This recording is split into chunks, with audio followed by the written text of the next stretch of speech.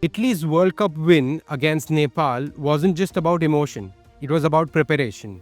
And who knows it better than Kevin O'Brien, the assistant coach of Italy's national cricket team and an Ireland legend. Kevin O'Brien joins Eurocrick and ETPL.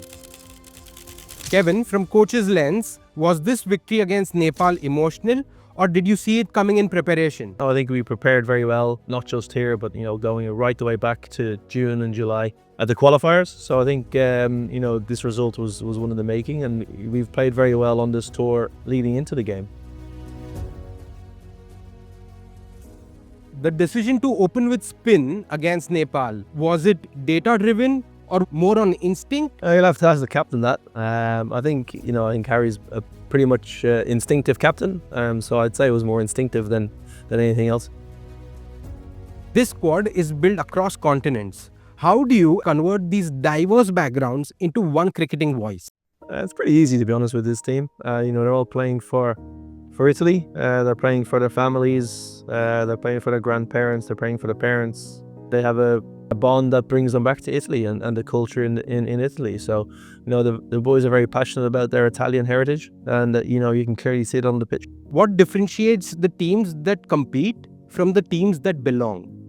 Yeah, well, I think probably just self-belief, really. That's worth a lot in cricket, believing that you're good enough. And I think that's a very strong thing that this team has. We believe in our own skills. The players believe in their skills, and obviously the management group and the coaching group believe that we have what it takes to go and get a few more wins. Italy doesn't have central contracts or a domestic setup. How do you build elite habits in a semi-professional environment?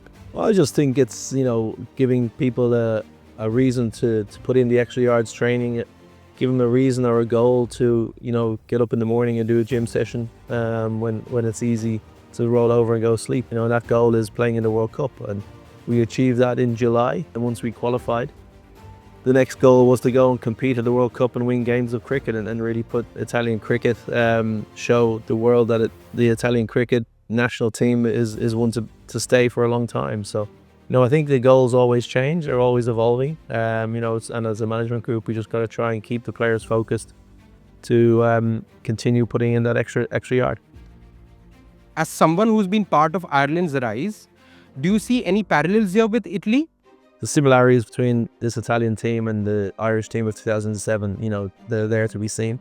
You've got two squads that were very talented on the field, with players that have come from stronger cricketing nations. With the Irish team, we had 5 or 6 guys from Australia who were married to Irish women. We had 4 or 5 young guys coming through, myself included. I think the big difference between the Irish setup and the current Italian one is the facilities at home.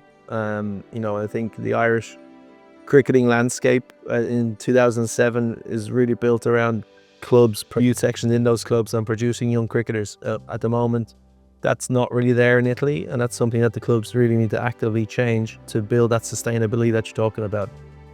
Ultimately, in 5 or 10 years' time, we want national players playing for the Azzurri to come from Bologna or Roma CC, and not necessarily having to fly people in from England and Australia.